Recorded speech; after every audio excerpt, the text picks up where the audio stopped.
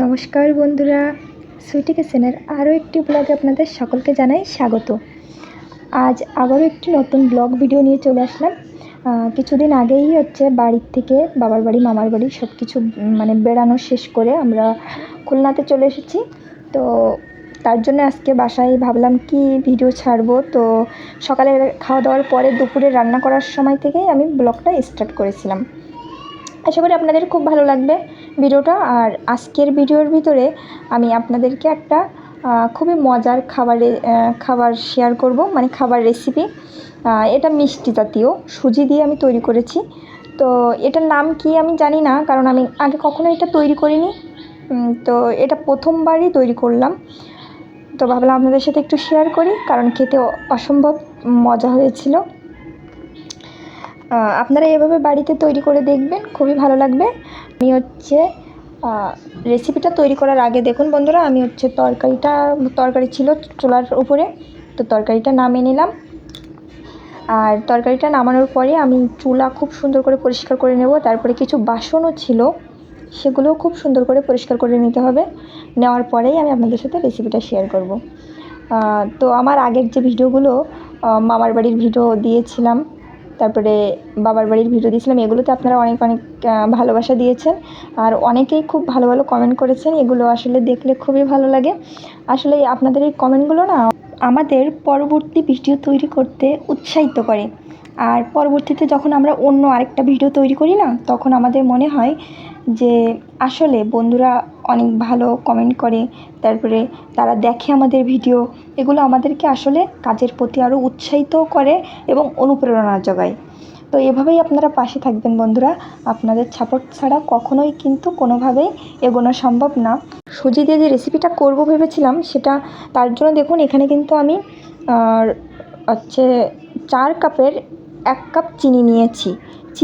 চিনিটা আমি করে নিয়েছি, জলে গুলিয়ে নিয়েছি।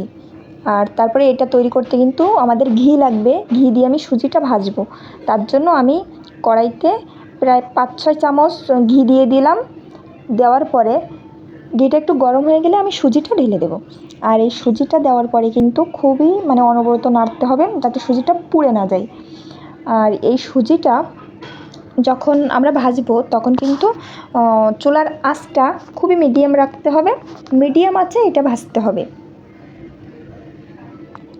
তো ভাজতে ভাজতে আপনারা খেয়াল করবেন, আস্তে আস্তে কিন্তু সুজির কালারটা চেঞ্জ হতে থাকবে। প্রথমে সুজি তো সাদা কালার থাকে, তো আস্তে আস্তে লালচে লালচে কালার হতে ব্রাউন টাইপের কালার হয়ে যাবে। আর যখন এরকম একটা কালার চলে আসবে, আমি কিন্তু এর ভিতরে একটা এলাচ দিয়ে দিয়েছিলাম, কিন্তু এটা আমি দেখাইনি। তো আপনারা না চাইলে নাও দিতে পারেন। তারপরে দেখবেন সুজিটা ভাজতে ভাজতে যখন লাল লাল কালার হয়ে আসবে, ঠিক তখনই দেখবেন আপনারা কড়াই থেকে ধোয়া ওঠা শুরু করবে। আর যখনই ধোয়া ওঠা শুরু করবে একটু, তখনই কিন্তু জল দিয়ে দিতে হবে। আর এখানে কিন্তু পরিমাণ মতো জল দিতে হবে। আর যদি আপনাদের জলটা বেশি হয়, সেক্ষেত্রে চুলার আঁচটা বাড়িয়ে দেবেন। তাহলে কি হবে বন্ধুরা, চুলার আঁচটা যখন বাড়িয়ে দেবেন, তখন ওইটা দ্রুত হয়ে যাবে এবং জলটা তাড়াতাড়ি শুকিয়ে যাবে। কিন্তু জল দেওয়ার পরে চুলার আঁচটা একটু বাড়িয়ে দিতে হবে।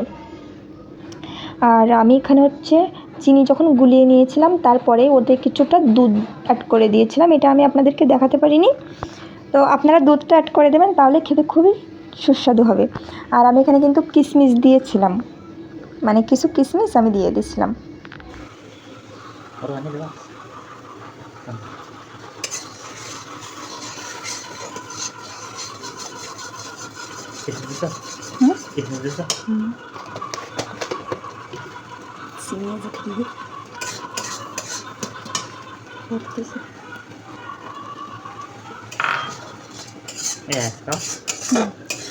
এই জলটা একদম পুরোপুরি শুকিয়ে ফেলতে হবে না?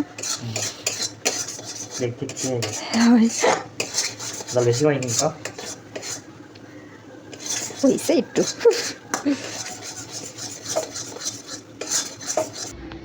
তো দেখুন বন্ধুরা, আমার কিন্তু রান্নাটা অনেকটাই শেষের পথে। আর এই যে সুজিটা, এইটা নাড়তে থাকতে হবে যতক্ষণ না জলটা শুকিয়ে যাবে এবং সুজিটা না এক সময় ঝরঝরা হয়ে যাবে। কড়াইতে ওইভাবে বোঝা যাবে না, ওইটা যখন আপনারা নামাবেন ঠান্ডা হবে তখন দেখবেন ঝরঝরা হয়ে গেছে, তখন খেতে অনেক ভালো লাগবে। তো বন্ধুরা, আজকের ভিডিওটা কিন্তু খুব বেশি বড় করব না। তো আপনারা যে যেখান থেকে দেখছেন অবশ্যই কমেন্টে জানাবেন। আর আমার চ্যানেলে যদি নতুন হয়ে থাকেন তাহলে অবশ্যই কিন্তু সাবস্ক্রাইব করে দেবেন, তাহলে পরবর্তী ভিডিও ছাড়ার সাথে সাথেই আপনারা নোটিফিকেশন পেয়ে যাবেন। তো বন্ধুরা, আজকের ভিডিওটা শেষ পর্যন্ত দেখার জন্য সকলকে অসংখ্য ধন্যবাদ। আর দেখুন বন্ধুরা, আমার মানে সুজি দিয়ে যে রেসিপিটা আমি করেছি সেটার শেষ আপনাদেরকে দেখালাম, খুবই সুন্দর হয়েছিল আর খেতেও দারুণ মজাদার।